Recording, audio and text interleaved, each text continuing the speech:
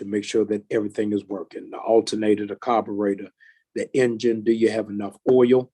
You need all of that in line. Why? Because we're getting ready to shift into a higher gear. If you're with me this morning at 7 o'clock for prayer, you know that we went in an entirely different direction for one reason only. I got this book into my hands last night. Shift into a Higher Gear by Delatoro McNeil II. And I'm telling you, I need you to download it now. I am so enthused about this book that I said I couldn't even do it justice. Those of you who missed our discussion this morning, go look at the earlier post and you'll be able to see it. I gave it a high level dialogue. Now we're coming down on the ground. I have not done this in the pandemic where I drafted the author to come and talk about the book. I've got my brother of over 10 years on the line, and I'm telling you behind his back, before I say it in his face, this book belongs on the New York Times bestseller list. It belongs on the New York Times bestseller list, and I want every person to help make this happen. I need you, while it is that you are in front of your computer, you have perfected online shopping for clothes, but you ain't done none of it for books. Today, we're getting ready to do it. I want to go into this dialogue, this discussion. Here's what I need. On your phone, there is an app that allows you to take notes. I need you to open it up because myself and Brother McNeil are going to open up some things. We're not going to give you everything in the book, but we're going to open up some things. I need you to open up your mind and open up your heart. I need you to please tag, text, and call whoever it is that you know is working on a dream. I need you to call every person who feels polarized by the pandemic, every person who is going through growing pains and has found themselves muffled in their present day career. I need them to shift gears and do it with me. With no delay, let me bring my brother, friend, and now your author into the room. Dr. McNeil, welcome, sir. I'm glad to have you. Thank you so much. It's a tremendous honor to be here with you, Dr. Bryant. I'm excited. Listen, I woke up 6:15 this morning, and the only thing on my mind was shifting to a higher gear. I had this, it so messed me up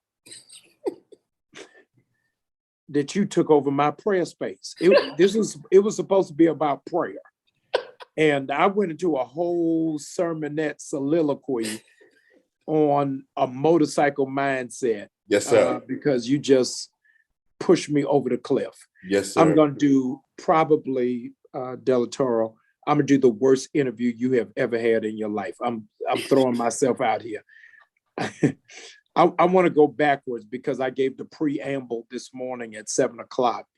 And you said that you listened to it. I want to know, what was your reaction from morning prayer before we go into from morning prayer? Morning prayer. You were listening to this, you watch this, and you thinking to yourself, man, my guy is crazy. Outside of that, tell me what you thought about the dialogue this morning and your immediate spin-off points from what it is that I highlighted.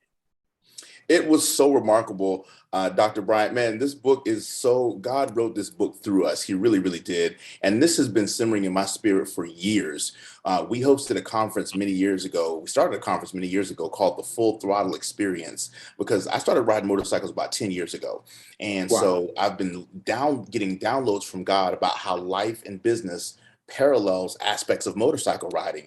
And I taught it in an illustrated sermon several times. It went from an illustrated sermon to a 4-day conference, and it's gone from a conference now to a global book deal published by Barrett Kohler and distributed by Penguin Random House all over the planet. Right now, our book is in over 40 airports, Dr. Bryant, all across the country, and we're really excited about it. So this morning, when you were in morning prayer talking about the book, man, I was jumping up in excitement with you. When you said you threw the book across the room, I was in excitement with you because I know how powerful these principles are. And just one of them that really struck with me that you resonated with was the importance of how small things really do make the big difference. It's the small shifts that we make in our life that can make the big difference. And you highlighted the 80-20 rule, which most people know as the Pareto principle. But I think so oftentimes, Dr. Bryant, we get confused. We think we got to make these massive shifts in our life. We got to make these massive changes in our life in order to live the abundant life that God called for us to live and died for us to have the wonderful right to live. And that's not true. So this book is designed to free people. It's designed to liberate people and say, listen, if you can make a small shift, it can make a big difference. And so one of the things that really blessed me was when you were talking about how small matches, right, create big forest fires. And in the book, in chapter 1, we talk about how big trucks roll on small tires, big doors swing on little hinges. At the end of the day, big skyscrapers are drawn on small architectural plans. Billion-dollar companies merge with 6 people in a small boardroom.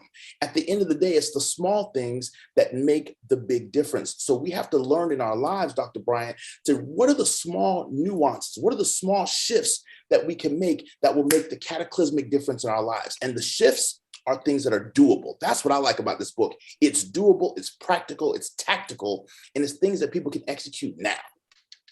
I want to talk about the 3D life. And the reason why that's so important is that New Birth, regrettably, in this pandemic, has averaged 2 funerals a week.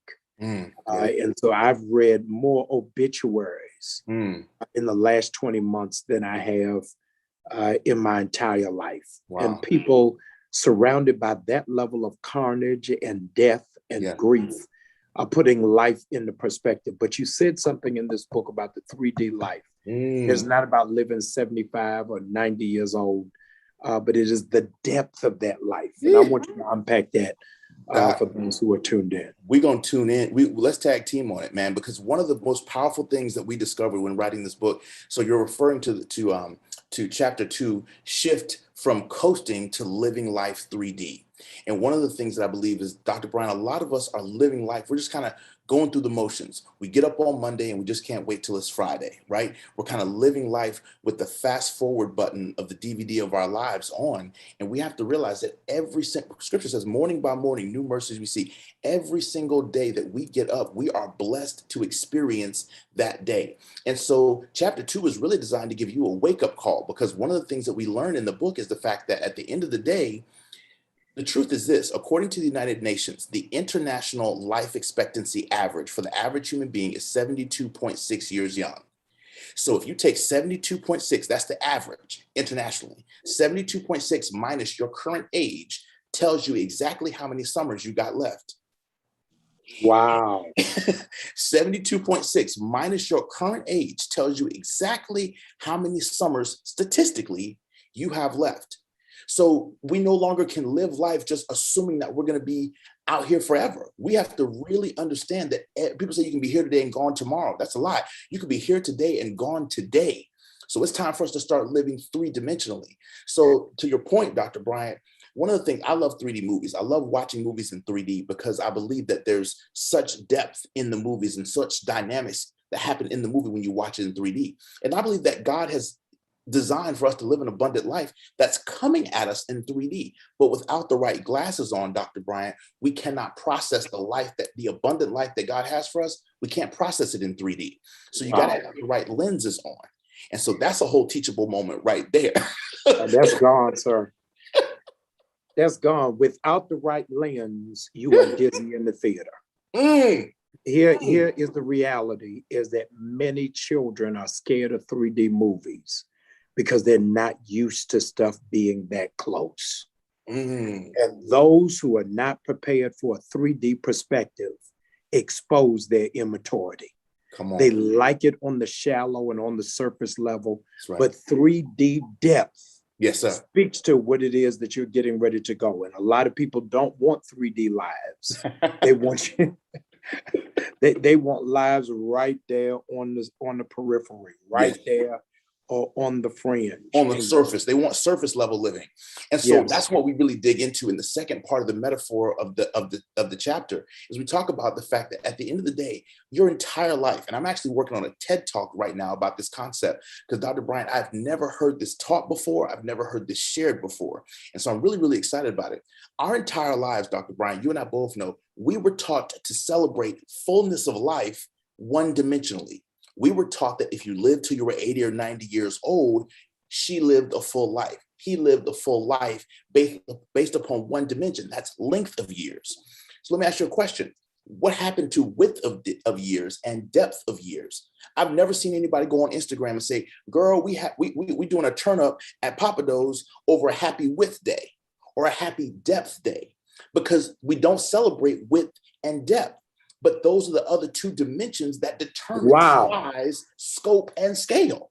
Wow. You were never taught in school to measure any object in terms of its size, depth, and scale with one dimension. You were taught to measure length, width, and depth.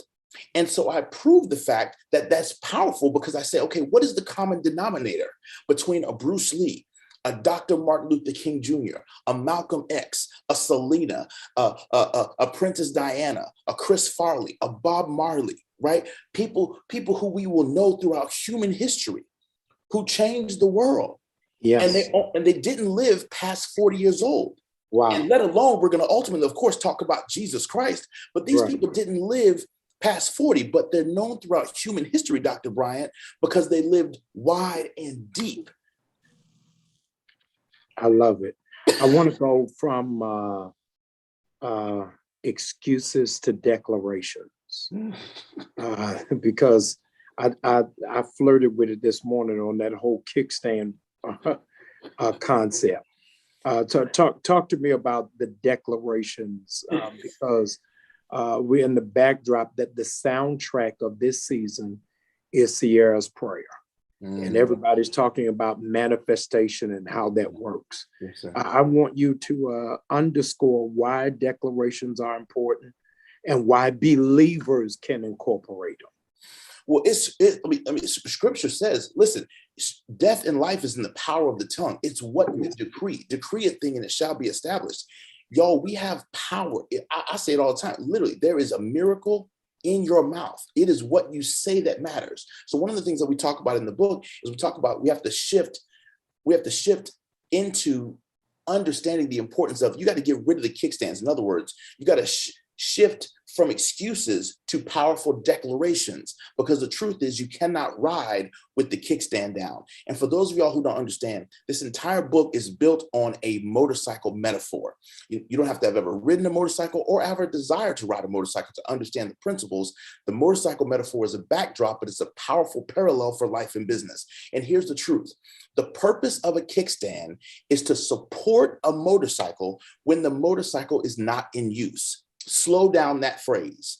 The purpose of a kickstand is to support the motorcycle when the motorcycle is not in use. So if excuses are the kickstand of your life, then that means that excuses are designed to support your life, Dr. Bryant, when your life is not in use. Wow. And a motorcycle is so smart. It says this: at the end of the day, if the motorcycle engine is on and you enable the kickstand, it shuts the engine off, because what that tells the motorcycle is you're not ready to ride. If you need the kickstand, you're not ready to ride. So we have to understand that if every time we use an excuse, scripture says that he's the Alpha and the Omega, the beginning and the end. He thought about everything before he put you on this earth. He thought about everything you would ever go through, everything you would ever need, and he put it in you. Everything that we need according to life and godliness, he gave it to us. So at the end of the day, if you're using excuses, that means you're not living your life to the fullest, and you certainly aren't living the abundant life in Christ. And guess what? We only use excuses because of a psychological phenomenon called secondary gain. Wow. And do I have time to unpack that for 2 seconds? Yeah, you got time, sir. Dr. Bryant, people need to understand something. So when you use an excuse, you're basically using a justification. You're using a scapegoat. You're basically saying, I can't do this because of this reason. And 9 times out of 10, the enemy doesn't even, watch this, God is everywhere, not the enemy.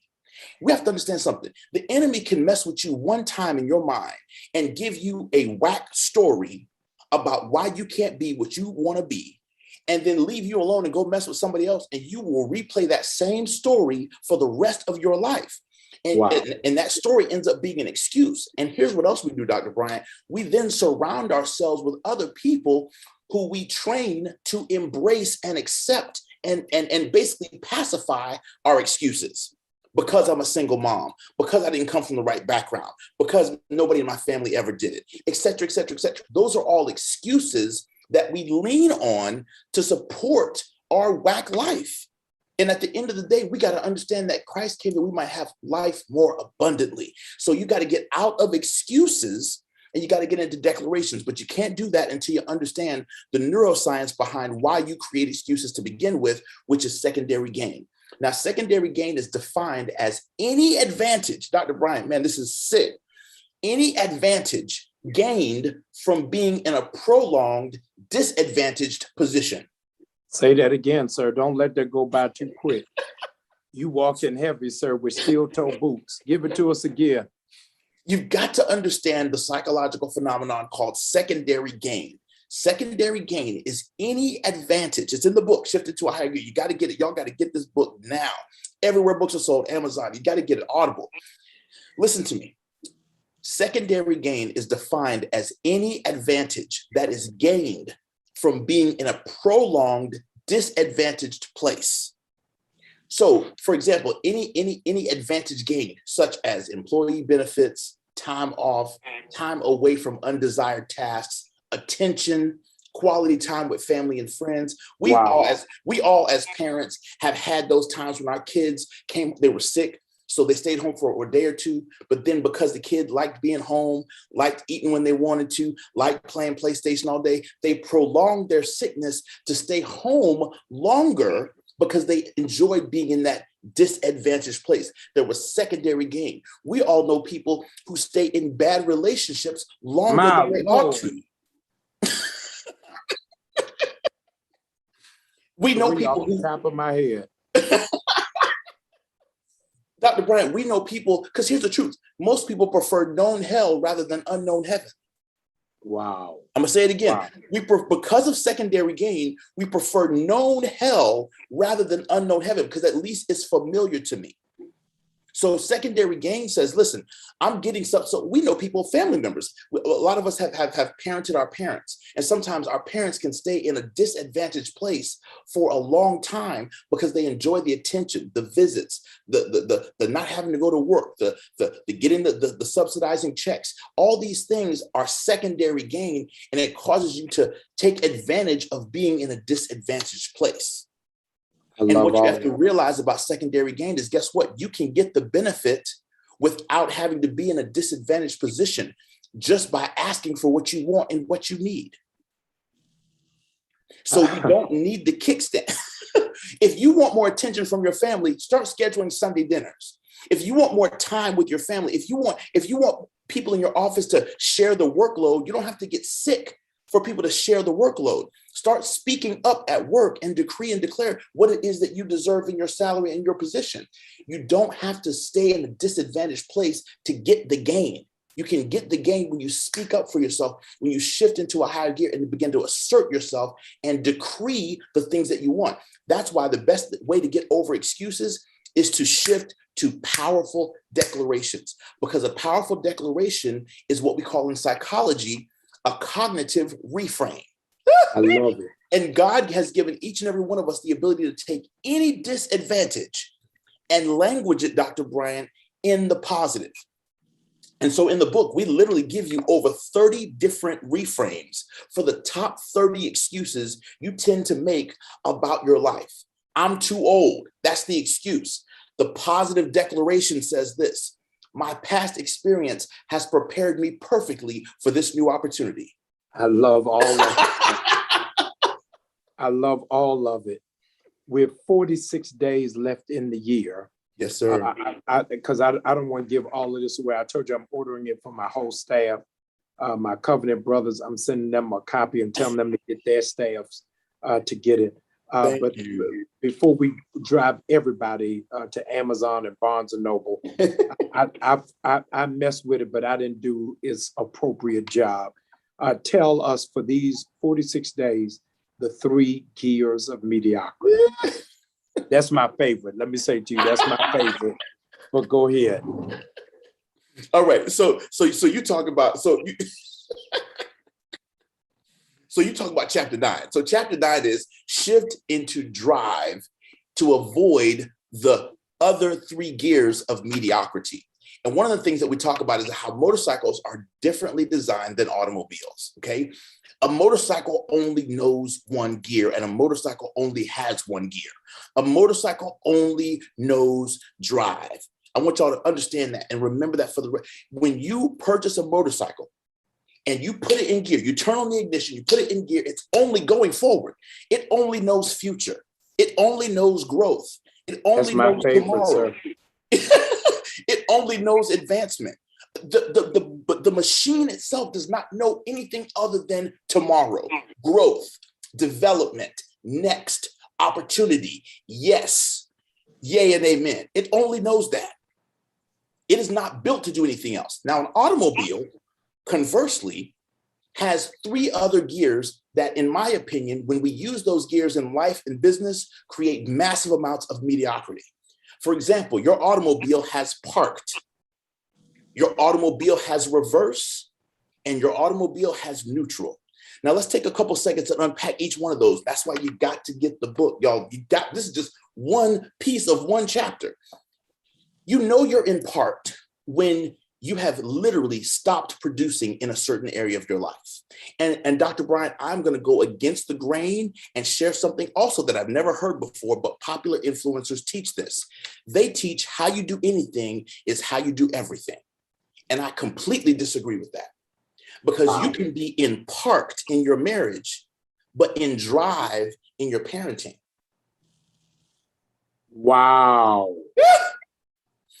You watch this. You could be in reverse in your spirituality, and you could be in neutral in your health and vitality.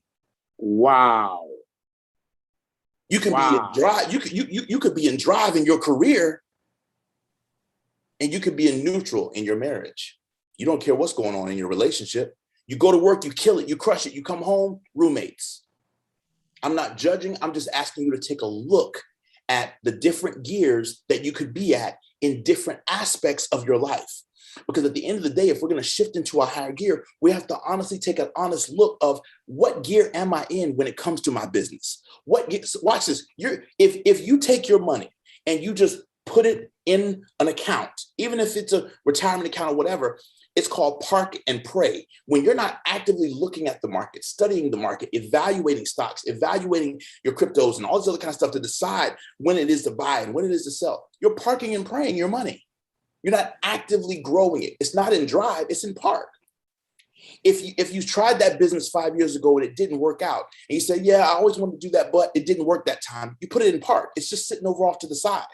And a lot of us have put things into park because of disappointment, because of rejection, because of embarrassment, because we get tired of bumping our head up against a brick wall. Come on, somebody. You know you're in reverse. I can listen to someone talk, Dr. Bryant, for 2 minutes and tell if they're in reverse. You know you're in reverse when your dominant conversation is about what happened yesterweek, yesterday, yesterday month, and yesteryear. When everything you talk about is what you did in high school, what you did in college, what you did back in the day. When your dominant conversation is about who hurt you, who disappointed you, who left you, you're stuck in reverse. And watch this. You know you're in neutral because when you're in neutral, you say things like this. You're nonchalant about life and success. I don't know. That's what neutral sounds like. I don't care. Nobody cares. You're stuck in neutral. And when you're in neutral, here's what's funky about neutral. You literally are just drifting because you're not even under power. The transmission is not connected to the engine, so it can't send power to the wheels to propel you forward. I love it. You're in neutral. So at the end of the day, here's my scripture talks about this. Be hot or be cold. But listen, if you're neutral, I'm going to spit you out. Jeez. Brother. Get out of neutral and get into drive. Christ said, go ye therefore. 2/3 of God's name is go.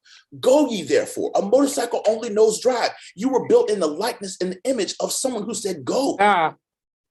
Lord help us. This book is designed to literally set you free. And he whom the Son has set free is free indeed. We coming after your excuses. We're coming after your fear. We're coming after chapter 8, Dr. Bryant, which is, when you get to it, you're going to love it. Chapter 8 is called Shift Your Posse, because who you ride with matters. Now, Dr. Bryant, you and I both know this. In an automobile, if people are cutting up in your back seat, it might be annoying, but it doesn't impact the ride. You can get them from where you are to where you want to be, right? You follow your Waze, you follow your Google Maps, you get there. On a motorcycle, it's very different. The people that sit behind you on a motorcycle directly impact the quality of your ride. So you watch this. So when you live life the motorcycle way, you have to pick your associations and your associates with intentionality.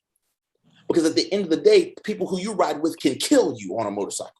Because if they don't lean when you lean, if they don't move when you move, just like that, come on, if they don't adjust when you adjust, they are going to destroy your ride. So shift your posse, which is what chapter 8 is all about. 8 is my favorite number. And 8 stands for, you and I both know this, abundance, new beginnings. This is my 8th book. That's why this one is the one that's going to the New York Times. This is the one that's taken us all the way to the New York Times. Because I'm right there. I need you to tell them right now. Yes. I need you to tell them right now, because you get right sing the song, I Give Myself Away. I need you real quick. I love it. I need you to tell them how to order this book right now. Yes, sir. Y'all, we are in an incredible campaign right now for that started November 14th through the 20th. We need everybody to do us one favor. Go on Amazon, go on barnesandnoble.com and order several copies of this book right now, because to hit the New York Times, you have to sell between 5,000 to 10,000 copies of a single title in 7 calendar days. And so what I'm seeking to do, y'all, and there's an African proverb, African concept called Ubuntu. Basically, that means I am because we are. My goal is to crack the code on the New York Times so that way I can come back and share it with other authors, entrepreneurs, speakers, influencers, and show them how to get there. Harriet Tubman had to find her way to the North. Then once she found it, she came back and said, now that I know the path, I can teach it to others. That's my goal. That's my heart. That's my vision. So I need every single one of you all to please go on Amazon right now and pick up a couple of copies of Shift into a Higher Gear, Better Your Best, Live Life to the Fullest. Listen, go on Audible. I actually went in studio, spent my own money, go in studio. We didn't hire an actor, and I actually voice recorded the entire audiobook. So if you love Audible, go on Audible, get one of them credits and download the audiobook. But I need you to get this book, and it's the holiday season.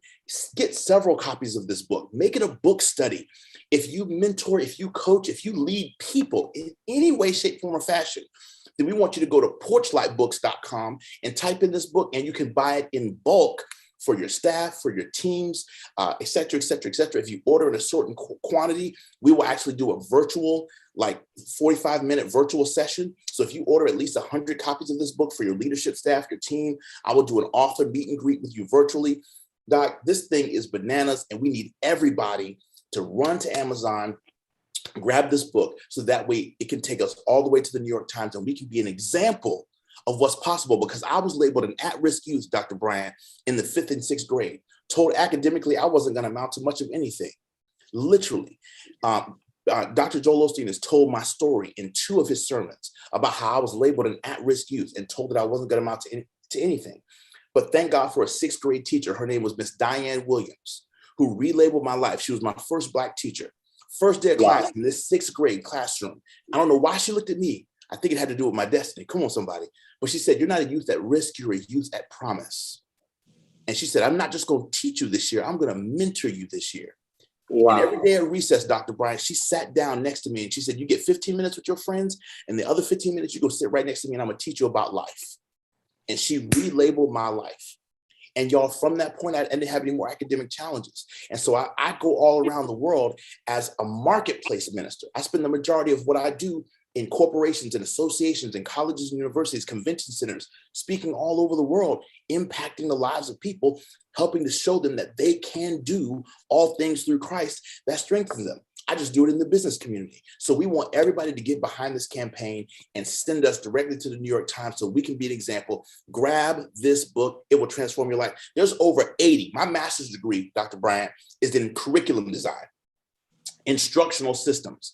So there's over 80 different learning concepts that we built into this book. Wow. 80. And there's over 30 questions as a discussion guide in the back of the book. So that way you could use this for staff meetings, team meetings, book clubs, book studies. You could do a 12-week book study on this book and not run out of content. I mean, Dr. Bryant, you said this morning, you said I could preach from this thing for a year. There's so much in here. And I put it in there on purpose because at the end of the day, here's what I firmly believe. Doc, you talked about it earlier today. Come on, somebody. At the end of the day, we got to learn how to put our weight into the things we really want. That's right. You ate that thing alive, sir. No, that was majestic. That was majestic. New Birth, come on. I've been telling you for 2 years, readers are leaders. I need you to please do it. I already told you I don't even have a bike, but I am riding to the finish line. I need every person to get it, every leader, every elder, every pastor, every friend. I want you to get this for your sons, for your nephews, for your cousins. I already told Dr. Delatoro that we're going to do a part 2 of this discussion live at New Birth from our studio. Yes. But tickets will be free. You just got to show your book to get in the room. That's it. Please get your book, and we're going to work on motorcycles live on the stage. Brother, I love you. I'm cheering for you, and I'm glad that I was there before you went to New York Times. Now, don't get Hollywood on me after Saturday.